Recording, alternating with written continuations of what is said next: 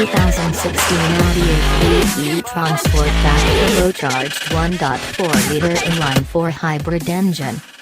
It has been a decade since Al Gore hit the lecture circuit with his famed PowerPoint presentation, Global Warming Doomsday Prophecy. In those 10 years, dozens of plug-in hybrids and electric vehicles have hit the market, promising ICE cap-friendly emissions and eliciting barely a glance from mainstream America, with one notable exception: hats off, Mr. Musk. Undeterred, Audi has a new entrant in this race that it hopes will be enough to tempt fuel-conscious customers who, in less scandalous times, might have shopped for a diesel from Germany. Not your average Audi. That vehicle is the 2016 Audi A3 Sportback e-tron tested here.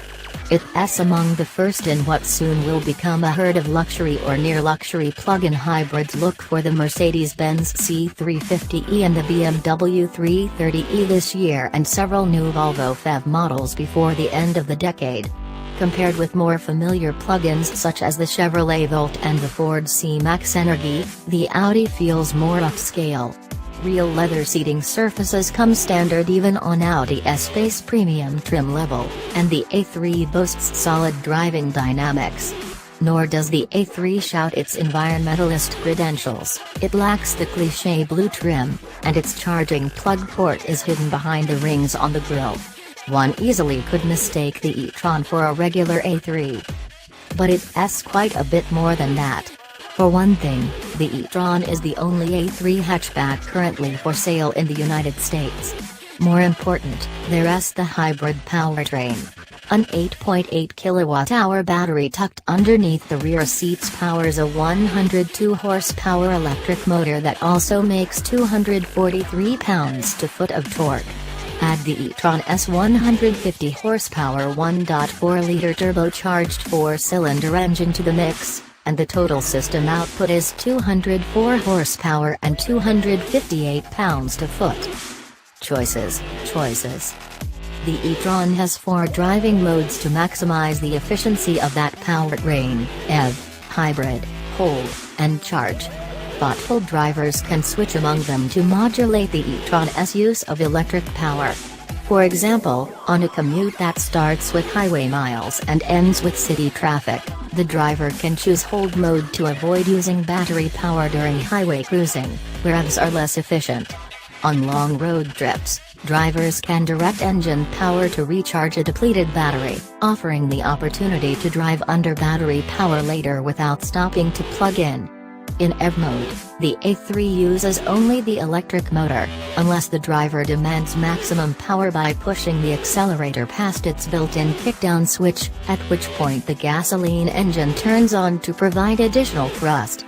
Once the battery is emptied, the e-tron defaults to hybrid mode, where the propulsion is a blending together of both power sources, although even in this mode the electric hardware is still often used solely to power the car at low speeds and at stoplights. Modes are selected using the Audi MMI infotainment and navigation system, which, despite some menu logic that we found questionable, is fairly user-friendly. It is standard on the top Premium Plus, a $2,100 to $2,600 option on Premium and Prestige trims. Sport mode, selected using the shift lever, maximizes the available power from both the gasoline engine and the electric motor.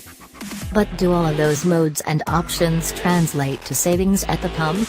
The A3 e-tron's EPA ratings are 83 mpg using only the electric motor and 35 miles per gallon when the gasoline engine is in use. The Ultra version, a no-cost option that puts the car on low rolling resistance tires mounted on 16-inch wheels rather than the standard 17s on our test example, does slightly better, with EPA ratings of 86 mpg using battery power and 39 miles per gallon with the gasoline engine. Tallying both gallons of gas consumed and kilowatt-hours of electricity sucked out of the battery, we saw 40 mpg combined during our nearly 600-mile test. And we likely could have done better, but the A3 went more than 150 miles without recharging on a weekend trip during our test. That fuel economy result doesn't seem very impressive for a plug-in hybrid, and the e-tron's electric range isn't at the top of the heap, either. But in our experience, the battery delivered about 20 miles of range on a full charge, which is actually better than the EPA estimated 17 miles. By comparison, the Hyundai Sonata plug-in hybrid is rated at 27 miles of electric range, and the Thank you for watching this video.